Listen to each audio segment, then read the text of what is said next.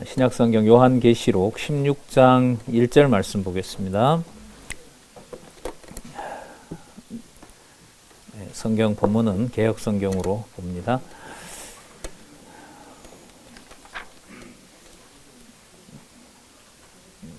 제가 보겠습니다. 또 내가 들으니 성전에서 큰 음성이 나서 일곱 천사에게 말하되 너희는 가서 하나님의 진노의 일곱 대접을 땅에 쏟으라 하더라. 첫째가 가서 그 대접을 땅에 쏟으며 악하고 독한 헌대가 짐승의 표를 받은 사람들과 그 우상에게 경배하는 자들에게 나더라. 둘째가 그 대접을 바다에 쏟으매 바다가 곧 죽은 자의 피같이 되니 바다 가운데 모든 생물이 죽더라. 3절까지 먼저 봤습니다. 우리 개역성경과 함께 우리 성경 강론지 18권 9775쪽부터 참고하시면서 우리 성경 강론을 우리 같이 확인하도록 그렇게 하겠습니다. 지금 개론 잠시 보시면은 요한계시록 아시는 대로 세워주신 교회를 반드시 승리하게 하시는 성령 하나님의 역사와 또 예수 그리스도의 살아계심과 여호와 하나님의 통치를 모두 보여주는 내용. 성령께서 세우신 교회가 반드시 승리한다는 것을 마무리하는 내용이 요한계시록이기도 하고요. 그 다음에 구약에서 언약한 그 메시아가 바로 예수 그리스도이시고 그분이 언약대로 잉태되시고 또 죽으시고 부활하시고 승천하시고 그 다음에 다시 재림하시고 최후 심판을 단행하신다는 모든 구약의 약속들을 성취하는 내용이 또한 계시록이기도 합니다. 전체로 보면 여호와 하나님, 여호와만 하나님이심을 증거해주는 창세기에서부터 문자로 기록된 하나님의 말씀 이 성취되는 내용이 또한 요한계시록이기도 하죠. 그래서 이 땅에 인간들이 보는 문자이지만 그 문자가 단지 인간들의 지식과 정보가 아닌 하늘에 속한 감히 상상할 수도 없는 영원하신 여호와 하나님과 그의 아들 또 계시의 주관자로 약속하셨던 바로 그 예수 그리스도의 살아계심과 또한 아버지와 그 아들을 하나님의 영원한 영광으로 확증해 주신 성령이시죠. 그 성령 하나님의 놀라우신 존재가 모두 완결되는 내용들이 바로 요한계시록이라고 보시면 됩니다. 거기에 그리스도의 몸된 교회, 그 교회는 우리는 히브리서 12장에서 이미 이 땅에 존재하는 육의 몸을 가진 교회를 뛰어넘는 이 육의 몸에 담겨있는 의미가 놀라운 것인지는 자주 말씀드린 대로 히브리서 12장 22절에서부터 25절까지 8가지의 교회에 대한 정의를 우리는 살펴봤습니다. 자, 오늘 살펴볼 내용은 바로 이러한 교회의 승리를 하나님께서 주의 영광과 권세가 얼마나 크신지를 일곱 교회 다음에 보여주시고요. 그 다음에 바로 그 영광과 권세는 성전에서부터 준비되어 있던 것이 있었어요. 그게 바로 뭐냐 하면 바로 하나님의 진노와 심판입니다. 그러니까 심판을 얘기를 하게 되면 마태복음에 그리스도의 3직 가운데 심판과 관련된 직을 굳이 이렇게 좁혀서 말한다면은 바로 왕직이라고 보시면 되죠. 마태복음의 왕직을 설명하실 때 보면 최후 심판까지 그리스도가 약속을 하시잖아요. 그걸 지금 이루고 계시는 거죠. 그리고 그 목적은 바로 반드시 하나님의 나라는 어떤 경우에라도 그러니까 여호와 하나님께서 이 세상을 심판하실 뿐만 아니라 악한 자들을 그리고 그리스도의 몸된 교회 특히 그리스도를 이 땅에서 악의 세력에 내어주시면서 십자가의 부끄러운 모습으로 처참하게 아버지여 어찌하여 나를 버리셨나이까라는 고백이 나오는 그 현장에서도 그것을 요한계시록은 패배가 아니고 진 것도 아니고 어떤 서로 할 일도 아닌 바로 아버지와 맺었던 영원한 언약, 바로 아버지의 사랑을 확증해주는 바로 그 내용으로 설명을 하고 있습니다. 그래서 성전으로부터 하나님의 진노가 시작된다라고 하는 것. 다르게 말하면 이 땅에 쏟아지는 진노는 바로 영원한 여호와 하나님의 통치가 기다리고 있는, 그걸 성경의 표현으로 말하면 오래전에 죽은 어린 양 같지만 그가 만왕의 왕이요 만주의 주라고 하는 이 감당할 수 없는 엄청난 진리를 우리는 이제 후반부에서 지금 확인하고 있습니다. 그게 이제 8장에서부터 16장까지 계속 진행이 되는데, 오늘 이제 마지막 이 16장은 심판의 마지막 부분을 보여줘요. 자, 지난번 15장에 이렇게 마쳤어요. 하나님의 성전에 들어가기 위해서는 하나님의 진노가 성전에 가득 차 있는 연기의 서막이 다 거쳐야 돼요. 그 연기 안에 뭐가 감춰져 있냐 하면 바로 세 번째 화에 해당하는 7 대접의 재앙이 남아 있어요. 그게 지금 16장에 나오는 거예요. 그래서 15장 제목을 보시면 최후 재앙을 예고하시면서 그 예고의 목적은 15장 끝부분에 성전에 가득 찬 진노가 쏟아져야만 여러분들과 제가 그리스도와 더불어 그 왕국에서 회복된 성전에서 왕 같은 제사장 노릇을 같이 할 수가 있는 거예요. 그 전에 반드시 쏟아져야 될 것이, 드러나야 될 것이 바로 뭐냐면 재앙입니다. 그러니까 이 재앙의 규모는 이제 나중에 이제 더 나오지만 처음 하늘과 처음 땅, 창세기에서부터 천년왕국을 포함한 모든 피조물을 전부 없애는 거예요. 이거는 감당이 되질 않죠. 가끔 이거 생각을 안 할 수가 없죠. 천년왕국마저도 거기는 여러분 순교자들이 생육하고 번성한 곳이거든요. 그것도 맡겨요. 그것도 맡깁니다. 그 다음에 새하늘과 새 땅의 약속이 성취가 돼요. 신부가 단장한 교회로 또 신랑을 기다리는 바로 그 최후 승리로 연관이 됩니다. 자, 다시 한번 우리 16장으로 이제 돌아와서 바로 그 성전에 우리가 어린 양과 같이 왕노릇하고 하나님을 섬기는 하나님의 자녀, 완벽하게 의로운 바로 그 자녀를 하나님께서 준비하시는 과정에 이제 16장의 재앙, 바로 7가지 재앙을 보여주는 내용이 16장 내용이라고 보시면 돼요.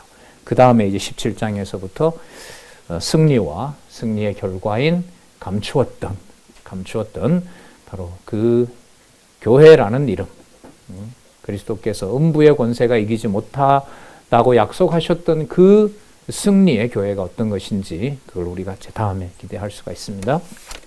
자, 먼저 16장 1절에서부터 9절까지 보시면 네 재앙을 소개를 하고 있는데요.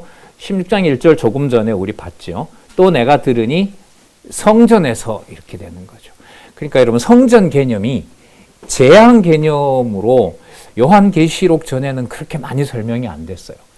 그러니까 이스라엘 역사로 보면 성전 이러면은 하나님의 이름이 손상된 곳, 그렇잖아요. 지금 요한계시록으로 보면 이게 셋째 화가 곧 있으면 또 시작이 되잖아요. 둘째 화는 지나갔고, 둘째 화는 뭐냐 하면 AD 70년에 예루살렘 성이 예수님의 약속대로 망한 거, 추정 미니멈 30만에서 최대 110만 명이 죽었다는, 요세푸스는 110만 명이라고 얘기를 해요. 그 사람이 부풀렸다 이러는데 그 사람이 그 책을 쓸 때는 로마인으로 기화를 한 터라 굳이 유대인의 피해를 제가 볼 땐 부풀릴 이유가 없는 것 같아요. 하지만 뭐 학계 논란이 있으니까요. 도대체 그 성에서 사진으로 봤을 때 어떻게 거기 50만 명, 100만 명이 죽을 수 있는지, 도대체 어디에서 끌어다가 어떻게 학살을 했는지 모르겠어요. 어쨌든 그 AD 70년에 예루살렘의 폐망, 그리고 그 이전에 있었던 예수님 오시기 64년 전에 있었던 첫 로마의 장군이 와서, 폼페이우스죠. 와서 예루살렘 성전을 일부 불태웠던 사실, 성전에 그 세금을 가져갔던 사실, 뭐 그 전에도 많잖아요. 헬라 제국도 욕보였어요. 그 다음에 페르시아 제국도 죽이려고 했죠. 그 다음에 그 앞서 가면 바벨론은 뭐 더 말할 나위 없고요. 아수르 제국도 거기에 있는 많은 것들을 가져가 버렸었죠. 자, 그럴 때 이렇게 성전은 여호와의 이름이 피해를 보는 곳으로만 역사 속에서 있었어요. 그런데 요한계시록에 오면 역전이 돼요. 그 성전에서 뭐가 나오냐 하면 하나님의 진노가 발원하는 곳이에요. 그러니까 그리스도의 몸된 교회인 참 성전인 하나님의 교회에는 요한계시록의 진노와 심판으로 보면 바로 그 자리는 하나님의 심판의 자리예요. 진리와 비진리를 나누는 자리입니다. 근데 이렇게 놓고 보면 예수님이 약속하셨던 내용이 이루어진 거죠. 3명과 2명, 가족 전체가 화를 일으키게 되는 그런 일들이 벌어진 거죠. 요한계시록으로 보면 그렇게 해도 되는 게 무너지지 않는 나라가 있기 때문에. 이 땅에 참 성전을 희석시키고 가려놓을 만한 일체 모든 것들을 전부 없앤다고 보시면 돼요. 그래야 그 참 성전에 나중에 건물이 없잖아요. 여호와 하나님의 영광과 주 예수 그리스도의 영광이 온 집에 가득합니다. 지금 이 연기가 지금 있거든요. 이 연기가 이제 7번 쏟아질 거예요. 그리고 그것이 깨끗하게 돼요. 그 깨끗한 데 들어가 보면 없고 아무것도 없어요. 형체가 없어요. 그냥 성경 표현이 하면 영광이 꽉 차 있는 거죠. 그러니까 여호와라는 이름, 여호와 하나님, 주 예수 그리스도, 또 표현으로 보면 어린 양, 그 영광스러움이 거기에 그냥 전적으로 다 꽉 차 있는 거라고 볼 수가 있겠죠. 자, 그럼 하나씩 보겠습니다. 이 7가지 대접의 재앙은요, 뭘 연상을 하시면 되냐면, 모세가 출애굽할 때 애굽 백성들에게 바로 앞에서 보였던 재앙들이 있죠. 그것과 거의 유사합니다. 그게 성경의 근거를 가지고 있는 거예요. 오늘 없는 걸 보여주신 게 아니고 이미 구약의 역사를 통해서 보여준 부분이다라는 거 말씀을 드립니다. 자, 먼저 볼게요. 성전에서 큰 음성이 나서 7 천사에게 말하는데 너희는 가서 하나님의 진노의 7 대접을 땅에 쏟으라 하더라. 성전에서 출발하죠. 첫 번째 보면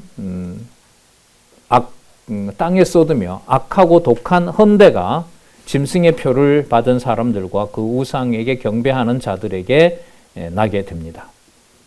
이 악종이 났던 거 있었죠? 출애굽할 때 거기에 보면 독종이 납니다, 몸에. 자, 그 약속이 성취된다고 보셔도 돼요. 그 다음에 둘째 보면은요, 바다가 피가 되고 모든 생물이 죽죠. 이것도 출애굽기에 있었죠. 출애굽기. 자, 여러분 이 사건의 그 시간적인 의미는요. 시간은 이 기록으로부터 135년경이니까요. 135년 모든 일체 유대인들의 흔적을 전부 없애는 시간. 이게 95년경이면은 앞으로 한 40년 남은 거죠. 그 이후에 바로 전개될 역사라고 보시면 됩니다. 그리고 그 역사는 이방인의 구원을 빼면 135년에 일어날 이방인의 시대를 빼고 나면 135년은 바로 누구와 연관이 되냐 하면 그리스도의 재림과 연관이 돼요. 그 요한계시록은 어디에 맞춰 있냐면요. 이 재림 이후에 바로 그리스도가 오시는 데 맞춰져 있어요. 그럼 여기에 이방인의 때를 설명하고 있지 않은 거죠. 이방인의 때는 그럼 어디에서 설명했냐면 사도행전에서부터 유다서까지 다 설명을 하고 있는 거예요. 자, 그 내용이 여기에 들어오게 되는 거고요. 앞부분과 연결을 시키게 되면 그 다음에 이 대접 재앙이 끝나면 바로 이제 17장, 18장에 가서 바벨론 무너지고요. 19장에 그리스도가 재림하시게 돼요. 그리고 19장에 다시 그 어디죠? 무저갱에 있는 짐승을 다시 한번 사단을 다시 풀게 되고 그 다음에 최후 심판이 있게 되고 그래서 지금 시간적으로 보면 이 7 대접 이후는 곧바로 이방인의 때를 빼고 나면 어디로 간다? 그리스도가 재림하는 것으로 갑니다. 그 유대인의 시대로 돌아가는 거죠. 자, 그렇게 연결이 된다는 거 보겠습니다. 3절에 살펴봤고요.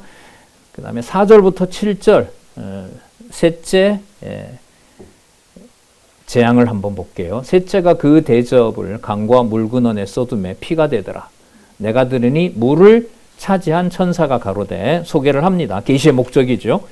전에도 계셨고 시방도 계신 거룩하시니요. 그 다음 볼게요. 이렇게 심판하시니 어떻다? 의롭다. 그 자연 만물에 대한 훼손, 이거 뭐 환경 보호 개념을 완전히 뒤집어 엎는 거죠. 다르게 볼 수 있는 거죠. 환경에 대한 훼손과 뭐 전 지구적 재앙이 지금 뭐 다가오고 있다잖아요. 매년마다 기온이 올라가게 되고, 그리고 피부암 늘어나고, 뭐 이게 이제 우리가 살고 있는 이제 시대인데, 그게 무엇에 전존해 하면, 전에도 계셨고 시방도 계신 거룩하신 여호와 하나님과 주 예수 그리스도의 통치가 의롭다라는 사실을 보여주는 바로 심판이라는 거죠. 왜냐하면 세상은 어떤 그런 것들이 자기에게 불리할 때, 뒤에도 나옵니다. 본문에도 나옵니다만은, 여호와를 찬양하거나 창조주를 경배하는 것이 아니라 자기 기준에 맞지 않으니까 그 창조주와 또 그 창조주로 소개한 여호와라는 신을 더 대적하게 되는 거죠. 그 현상 자체가 바로 뭐냐면 하나님의 심판이라고 보시면 됩니다. 자, 6절에 보면 연결이 됩니다. 저희가 성도들과 선지자들의 피를 흘렸으므로 저희로 피를 마시게 하신 것이 합당하니이다 하더라. 성도들과 선지자들의 피를 흘렸다. 애굽이 430년 동안, 이 해석을 가지고 보면 애굽이 430년 동안 유대인들을 억압하고 마지막에 그 아이들을 학살하잖아요. 그래서 모세가 거기서 살아남는데, 자, 그러면 이제 그 모든 상황들을 출애굽할 때 강을 피로 변하게 한 그 증거가 바로에게 여기 있는 대로 성도들과 선지자들의 피를 흘린 것에 대한 진노였다는 거죠. 그러니까 이 세상에 일어나는 이른바 자연재해라는 거 하는 것은 심판의 성격이 강합니다. 다른 뭐 사람들을 볼 거 없이 그리스도의 몸된 지체들에게 있어서 자연재해가 주는 것은 하나님의 경고임에 틀림없는 거죠. 감사한 것은 그 진노 아래서 북쪽 이스라엘이 아람에게 포위가 됐을 때 기근을 주죠. 북쪽 이스라엘이 아수르한테 포위당할 때도 기근을 줍니다. 바벨론에게 20년 동안 침략을 당할 때도 마지막에 칼과 기근을 주죠. 그리고 연병을 줍니다. AD 70년 망할 때도 요세푸스는 기록을 합니다. 기근이 와서 자녀의 살점이 입으로 들어간 얘기를 또 기록을 합니다. 그 자연재해를 통해서 그 다음에 따라오는 인간의 생존과 직결된 것을 성경은, 요한계시록은 하나님의 진노와 심판이고 그게 어린 양이 승리할 것에 대한 예표라는 거예요. 이 등식을 우리가 받아낼 수 있을까? 저는 없다고 봐요. 말씀은 말씀인 거예요. 세상에 이런 일이 어떻게 가능해? 이걸 누가 믿으라는 거야? 라는 이 반발심, 고 김기선 목사님 말씀대로 창조주가 있다면 나를 왜 이따위로 만들어놨냐라고 하는 그 반감이 인간의 본성인 거죠. 조금 불편하면 신체는 바로 반응하잖아요. 그게 하나님의 진노이고 심판이고, 요한계시록은 여기 3단계 더 올라가서 만왕의 왕 어린 양의 승리와 그 교회의 통치, 준비되어 있는 거룩한 성 새 예루살렘을 확증해 준다는 거죠. 세상은 여기에 여호와의 이름을 받아들이지 않기 때문에 이 고난이 따를 때 더 하늘에다 대고 창조주에다가 대고 또 그걸 믿는 성도들에 대해서 더 이제 비난이 쏟아질 겁니다. 약속은 그렇게 되어 있죠. 자, 7절 볼까요? 또 내가 들으니 제단이 말하기를, 제단이 말을 해요. 제단이 말하기를 그러하다. 그러하다라는 말은 뭐냐 하면 저희로 성도들과 선지자들의 피를 흘린 그들이 그들이 재앙을 당하는 것이 어떻다? 마땅하다. 마땅하다. 그러면서 자, 여러분 그다음 주 나오죠? 주 여호와로 바꾸시면 좋겠습니다. 여호와 하나님 곧 전능하신 이시여 심판하시는 것이 참되시고 의로우시도다. 여기 이제 여호와 호칭 다 나왔어요. 주가 여호와고요. 하나님이 엘로힘이고요. 그다음에 전능하심은 만군의 여호와라고 할 때 만군 있죠. 그걸 히브리어 체바오트라 그러는데 하나님과 관련된 세 가지 이름이 여기 다 나타납니다. 여호와, 엘로힘, 체바오트 이렇게 다 나와요.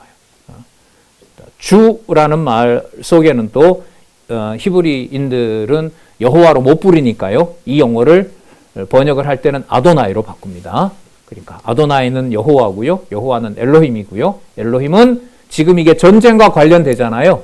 그러면 만군이라는 그 체바오트라는 거예요. 여기서 요한계시록의 기록 목적도 여기 지금 찬송을 제단이 말을 해요. 이 제단이 앞에 8장 3절과 4절에 보면 8장 3절과 4절에 보면 이 제단에 뭐가 모여 있냐면 성도들의 기도가 모아져 있어요. 메모하시고 나중에 확인해 보세요.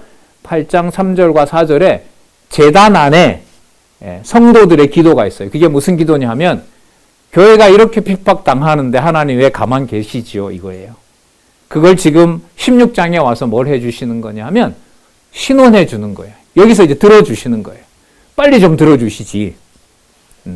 절차와 때를 따라서 하나님께서 여기서 제단이 말을 하게 됩니다. 거기에서 그 제단은 여호와를 찬양하죠. 여호와 하나님 곧 전능하신 이여 심판하시는 것이 참되시고 의로우십니다. 이렇게. 이게 세 번째였죠. 자, 네 번째로 가볼까요? 자, 16장 10절에서부터 21절까지. 8절. 8절요. 네, 죄송합니다. 8절에서부터 9절. 넷째로 해가 사람을 태우자 영광을 하나님께 돌리지 않습니다. 넷째가 그 대접을 해에 쏟으며 해가 권세를 받아 불로 사람을 태우니 주어를 해라는 걸로 해가 활동하는 거죠. 여기 보면 해가 권세를 받아 불로 사람을 태우니 사람들이 크게 태움에 태워진지라. 이 재앙들을 행하는 권세를 가지신 하나님의 이름. 하나님의 이름 여호와. 아까 그 모든 이름 있잖아요. 여호와, 엘로힘, 그 다음에 체바오트, 아도나이. 이 모든 이름들을 회방하며 또 회개해서 영광을 주께 돌리지 아니하더라. 그러니까요.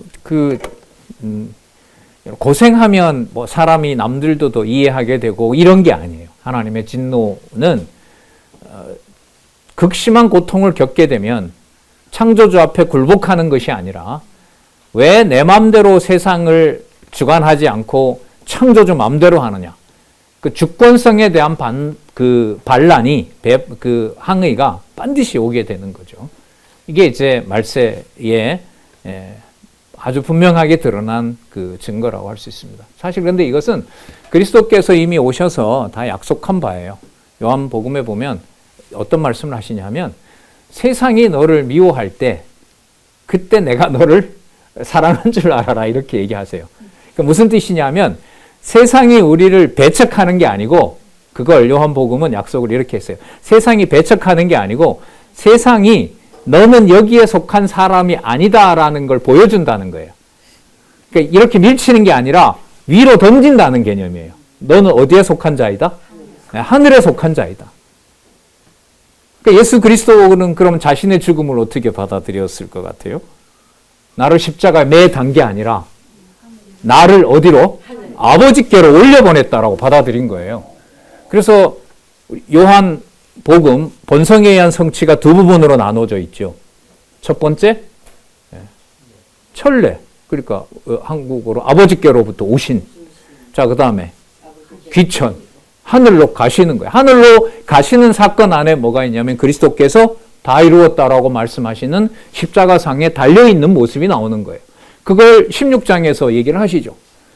세상이 나처럼 너희들을 달아맬 때 그게 누구에게로 보내는 증거다? 아버지께로 보내는 증거다라는 거예요. 말이 안 되죠. 이렇게 조용들 하세요. 지친데 더 지키게 하는 것 같아요. 저도 그렇습니다. 뭐 말씀이 좋아서 좋은 건 아니니까요. 이걸 뭐 이렇게 여러분들에게 전달하고 이런 상황은 아니에요, 지금. 모든 말씀이 그렇습니다만, 아까 우리 연구반 시간에 코이노니아 그냥 말씀 앞에 교제하게 하시는 것이지, 이게 무슨 뭐 이런 뭐 지도고 뭐 전달이고 이런 의미도 무색합니다. 사실 같이 갈 수 있다는 게 그냥 감사하죠. 자, 계속 볼게요. 세 가지 재앙들. 16장 10절에서부터 21절. 10절에서부터 10절. 다섯째. 또 다섯째가 그 대접을 어디에 썼냐 하면 짐승의 보좌에 쌓아요. 보좌와 보좌의 싸움이에요. 진노는. 보좌는 짐승이 가지고 있는 통치권이죠. 하늘에서 내어 쫓긴 것, 그 다음에 바다에서 올라온 것, 땅에서 올라온 것, 그리고 그 사이에 부를 축적하고 유혹하고 타락시키는 바로 음녀, 그 음녀와 다시 짐승이 하나가 되고 나중에 그 짐승이 다시 음녀를 죽여버리고 불태워버리고 하나님과 대적하는 바로 그 일체 모든 과정을 지금 이 16장 10절에 보면 짐승의 보좌로 설명을 하고 있는 겁니다. 그리고 그리스도의 권세를 흉내내는 것이죠. 그러니까요, 이 땅에는요, 하나님의 나라, 그리스도의 나라가 승리로 가는 과정은요, 반드시 이 세상은 이른바 정치, 경제, 사회, 문화 모든 것들이 특히 정치와 경제와 부와 이런 모든 구조가 반드시 이 교회를 타락시키는 것으로 갈 수밖에 없습니다. 예. 그게 그 현장인 거고요. 그때마다 하나님께서는 하나님 택한 백성들을 정신 차리게 하고자 제국을 들어다가 교회를 진멸하기도 하고요. 거기에서 하나님이 계시지 않는다라는 말이 나오기도 하고요. 예. 뭐 우리 생각이야. 꼭 그럴 때 거룩한 우리들만 딱 뽑고 세상만 진노하면 좋은데 그리스도가 오실 때까지 그 진노는 그런 방식은 아닙니다. 예수님이 약속하셨죠. 알곡과 가라지 올 때까지 돌아. 그건 누가 누군지 모른다는 거예요.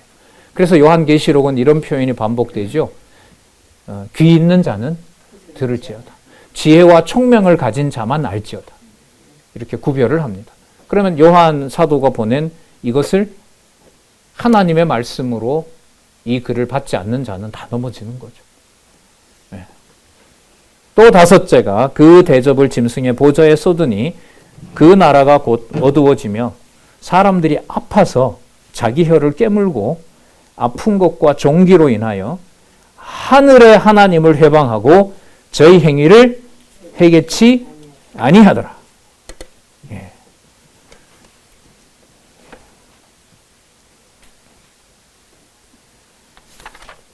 계속 나오죠. 하늘에 계신 하나님 여호와 엘로힘 이 하나님을 인정하지 않는 흐름이 역사가 바로 하나님의 진노이고 또한 그리스도의 교회를 구분하는 거룩하게 만들어 내시는 섭리라고 볼 수가 있습니다. 자, 그다음 여섯째 볼까요? 12절에서부터 16절. 또 여섯째가 그 대접을 큰 강 유브라데에 쏟음에 강물이 말라서 동방에서 오는 왕들의 길이 예비되더라. 자, 12절. 자, 이게 큰 강은 유브라데스 강이고요.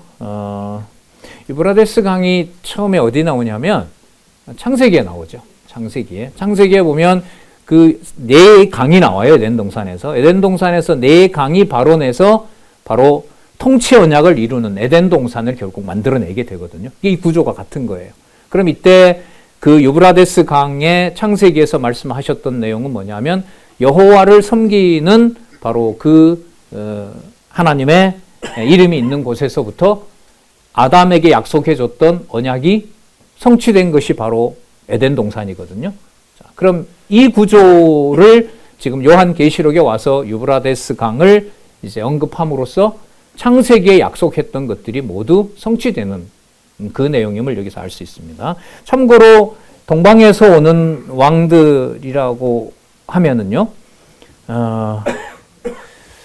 그 구약 역사에 보면 예루살렘 오른쪽에 지금 그 아주 시끄러운 나라 있잖아요. 이란. 이란이 옛날에 어느 제국이었냐면 페르시아 제국이었어요. 페르시아 제국 이러면 생각나는 인물이 하나 있죠. 고레스. 그렇습니다. 키루스라고 하죠. 고레스 왕이에요. 고레스 왕이 역대기 마지막 부분하고 에스라 첫 부분에 동일하게 반복되는 내용에 보면 그 고레스가 돌아가서 뭘 지어라? 성전을 지으라. 그래서 이 고레스가 동쪽에서부터 오면서 바벨론을 치게 됩니다. 그래서 이제 페르시아 제국이 성립을 하잖아요. 그래서 이제 성경과 관련해서 보면 동쪽에서 오는 세력은 이게 뭐 메시아 이런 의미가 아니고요. 세상 권력 중에서도 또 그 세상 권력을 통해서 하나님의 뜻을 이루는 것이라고 보면 돼요.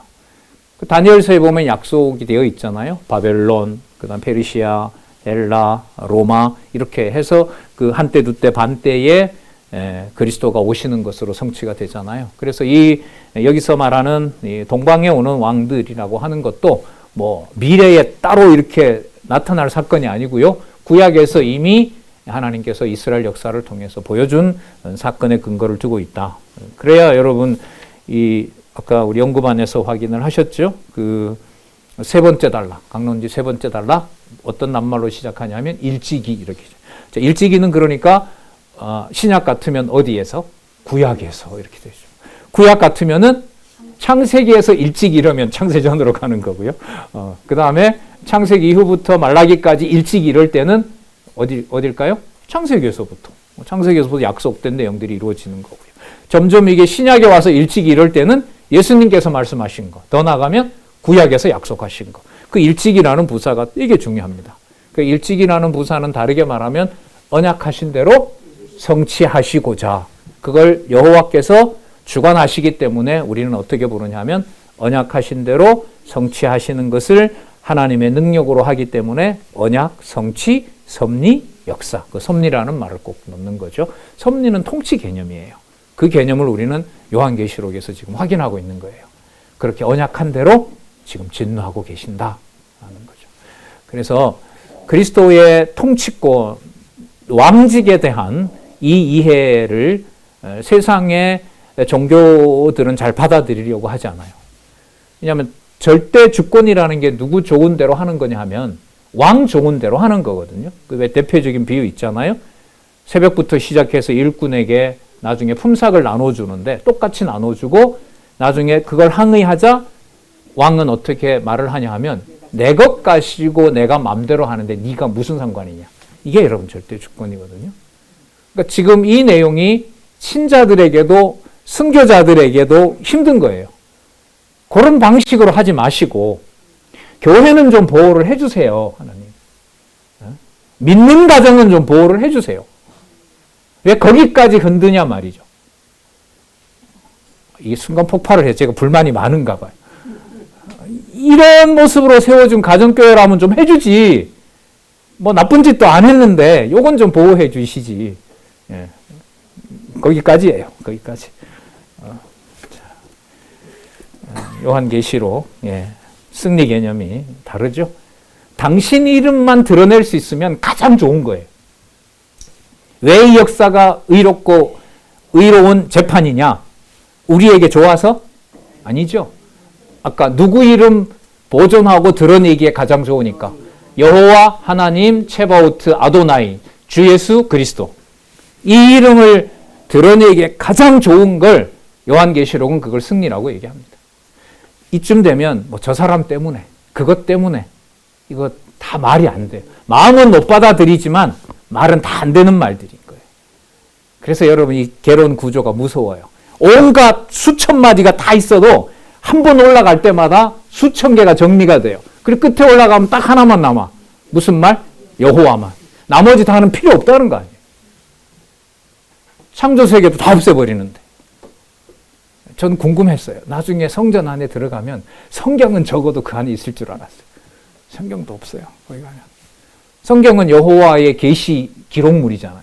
그럼 여호와의 영광이 성전에 꽉 차 있는데 거기에 낱말이 로고스가 무슨 필요가 있겠어요? 우리 자체가 그리스도와 하나가 돼서 로고스가 됐고 언어가 됐는데 이처럼 이 길을 이러한 어마어마한 통찰을 여러분들 보고 계신, 저 화면에 보고 계신 요약, 양쪽 가로, 한쪽 가로, 숫자, 절 이렇게 올라가는 거죠. 10단계로 사고를 진행하게 해주시면 단계마다 여호와께서 보호해 주시면 마지막에 그 이름 여호와 이렇게 나오는 거예요. 예. 힘들어요, 근데.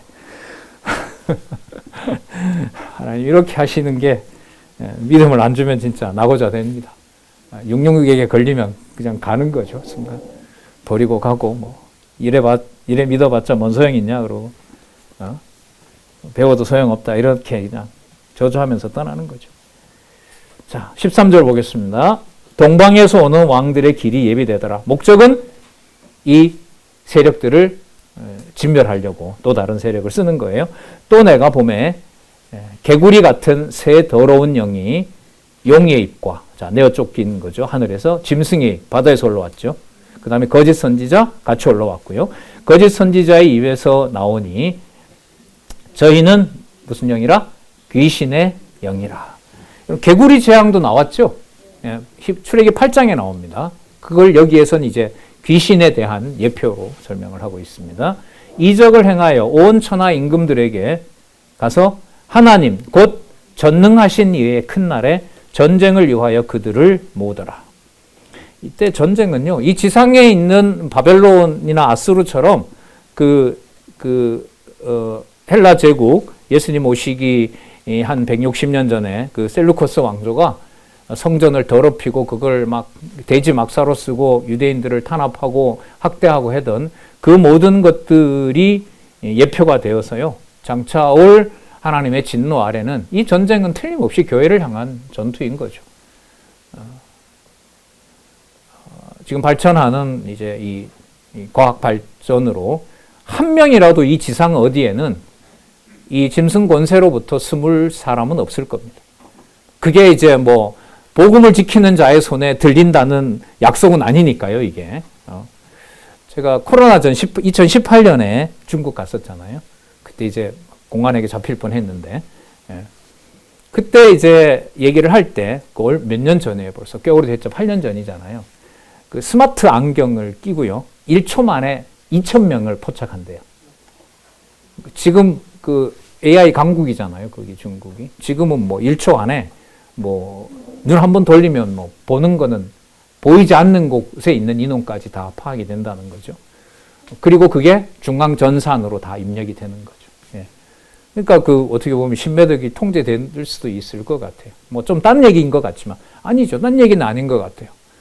예, 뭐 우리나라만 하더라도 전산 강국 아니에요. 뭐 딱 포착되면 어디에 누가 어디에 있는지 바로 다 포착이 되잖아요.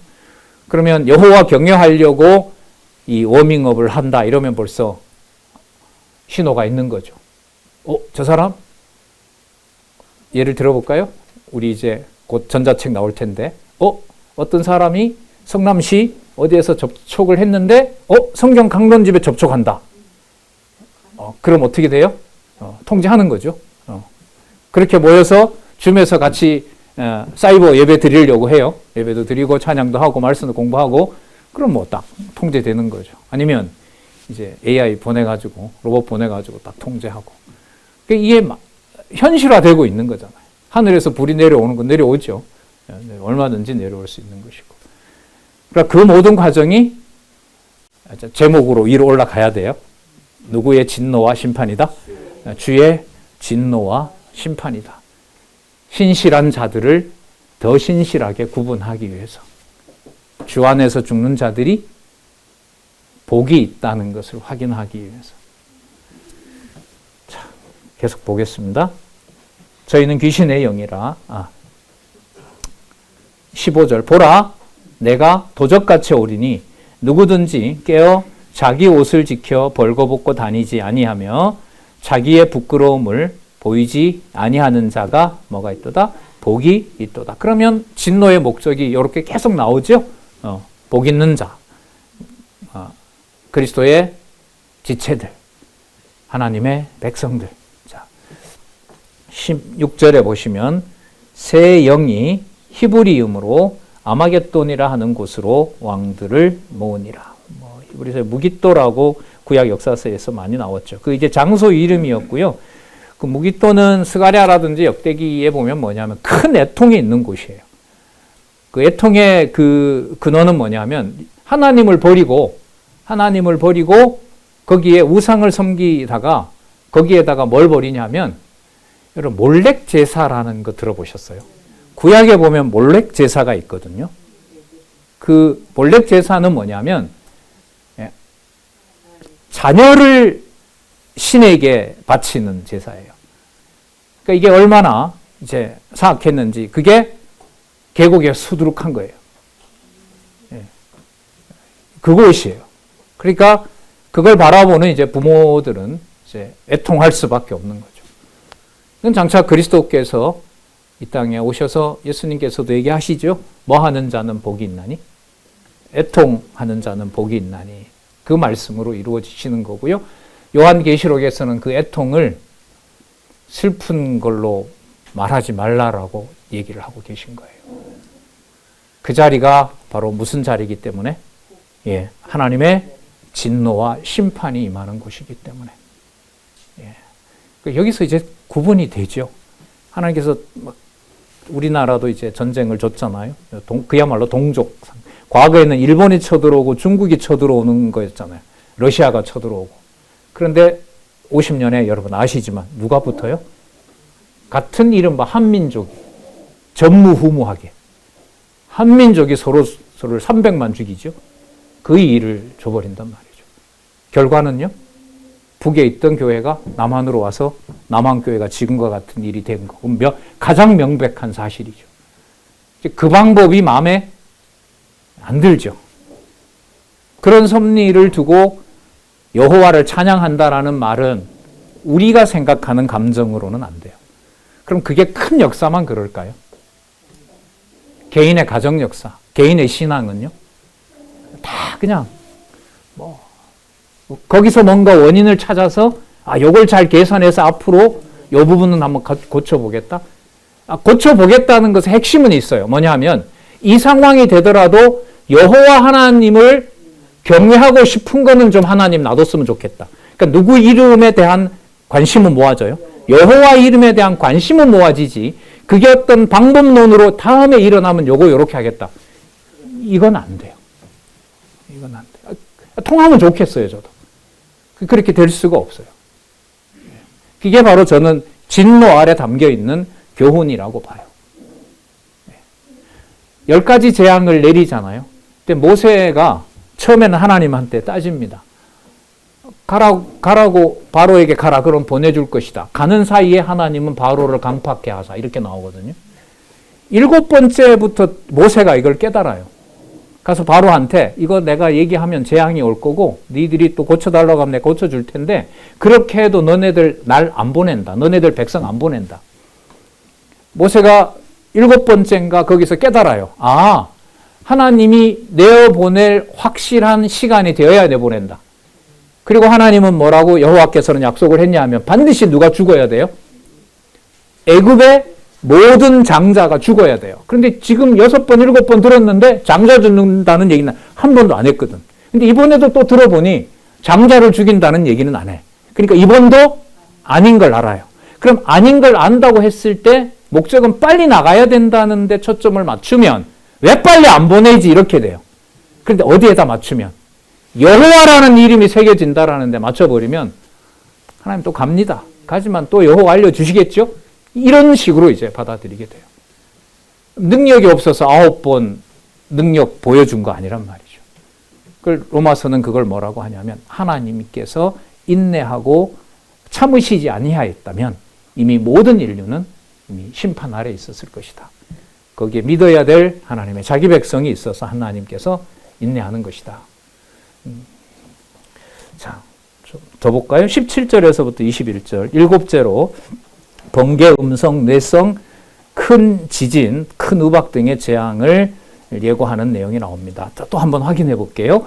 7제가 그 대접을 공기 가운데 쏟음에 큰 음성이 어디에서? 자, 또 번복돼. 성전에서 또 어디로?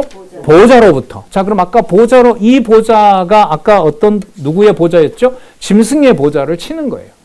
그러니까 이 세상에 일어나는 진노와 재앙과 전쟁과 감당할 수 없는 순간 인류가 절멸이 되는 어떤 그러한 모든 사건 속에는 성전으로부터 나오는 하나님의 진노가 있어요. 그럼 성전으로부터 나온다라는 말은 성전 안에 우리 지난번 기억나실 거예요. 무슨 막이 있어요? 증거 장막이라고 들어보셨어요? 증거 장막. 그 증거 장막 안에 뭐가 있냐면 여호와의 언약궤. 언약궤. 언약의 말씀. 언약의 말씀의 핵심은 여호와의 이름. 자, 부터 나서 가로되. 재밌어요, 이 내용. 큰 음성이 성전에서부터 보좌로부터 나서 가로되 뭐라 그래요? 됐다! 이러는 거예요.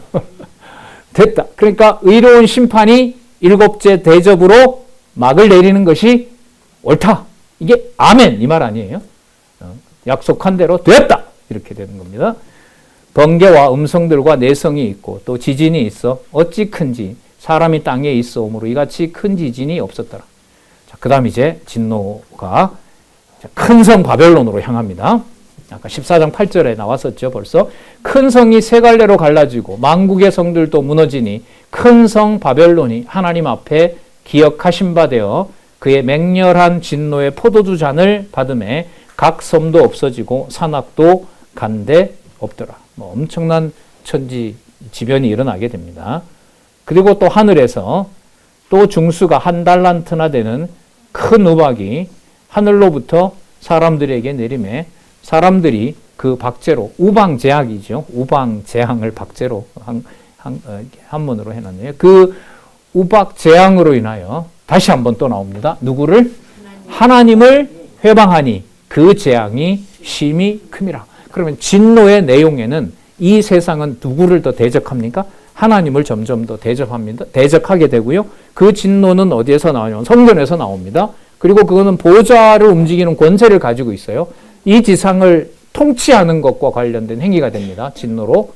그리고 그 가운데 이 세상은 이 땅에 있는 교회를 그 여호와를 섬기는 자들, 예수 그리스도를 섬기는 자들을 발본색원해서 반드시 전부 죽이려고 한다.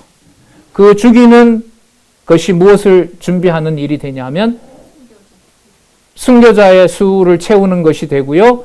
천년 왕국의 통치할 자들을 모으는 것하고 연관이 됩니다. 그러니까 뭐 할 만큼 순교 당하는 시간이에요. 천년 왕국에 그리스도와 더불어 첫째 부활에 참가할 자들을 모으는 과정이 세상에 대해서는 진노인 거고요. 세상이 교회에 대해서 심판하는 것은 19장에 임하는 천년 왕국의 통치를 준비하는 게 됩니다. 그럼 어디까지 좋은 거고 어디까지 나쁜 것이다 경계는 없어요. 우리 좋은 것은 사라져요. 그러니까 말씀이죠. 이게 성경의 권위입니다. 이걸 여러분 보시는 수천 가지 사건에서 결과적으로 하나 여호와라는 이름으로 여러분들과 제 온몸을 관절과 골수를 다 찔러 쪼개서 여호와 중심으로 표를 맞춰 놓는 과정이 우리가 이른바 성경 개론 굵은 뼈대 속에서 관절과 골수는 여호와로부터 비롯된다는 사실을 오늘 본문을 통해서 또 확인해 봤습니다. 빨리 좀 승리가 나오면 좋은데. 그래서 10절 왜 이렇게 안 나오냐고요? 다음 주부터 나와요. 17장. 죄송해요. 수고하셨습니다. 기도하겠습니다. 하나님 아버지 감사합니다. 이 세상에 일어난 많은 재앙과 감당할 수 없는 인류의 희생과 또 인류를 죽이는 엄청난 참혹한 역사 속에서 여호와 하나님 살아계신 것을 바라볼 수 있도록 우리의 마음과 우리의 지성과 우리의 양심을 움직여 주셔서 감사드립니다. 아슬아슬하고 진리의 말씀을 내가 주관할 수 없음을 또 한번 온몸으로 절감케 하시고 함께하는 주의 지체들 함께 주셨사오니 이 말씀, 이 권위 지켜나가며 아름다운 일에 갈 수 있도록 우리를 인도해 주시옵소서. 예수님의 이름으로 기도드렸습니다. 아멘.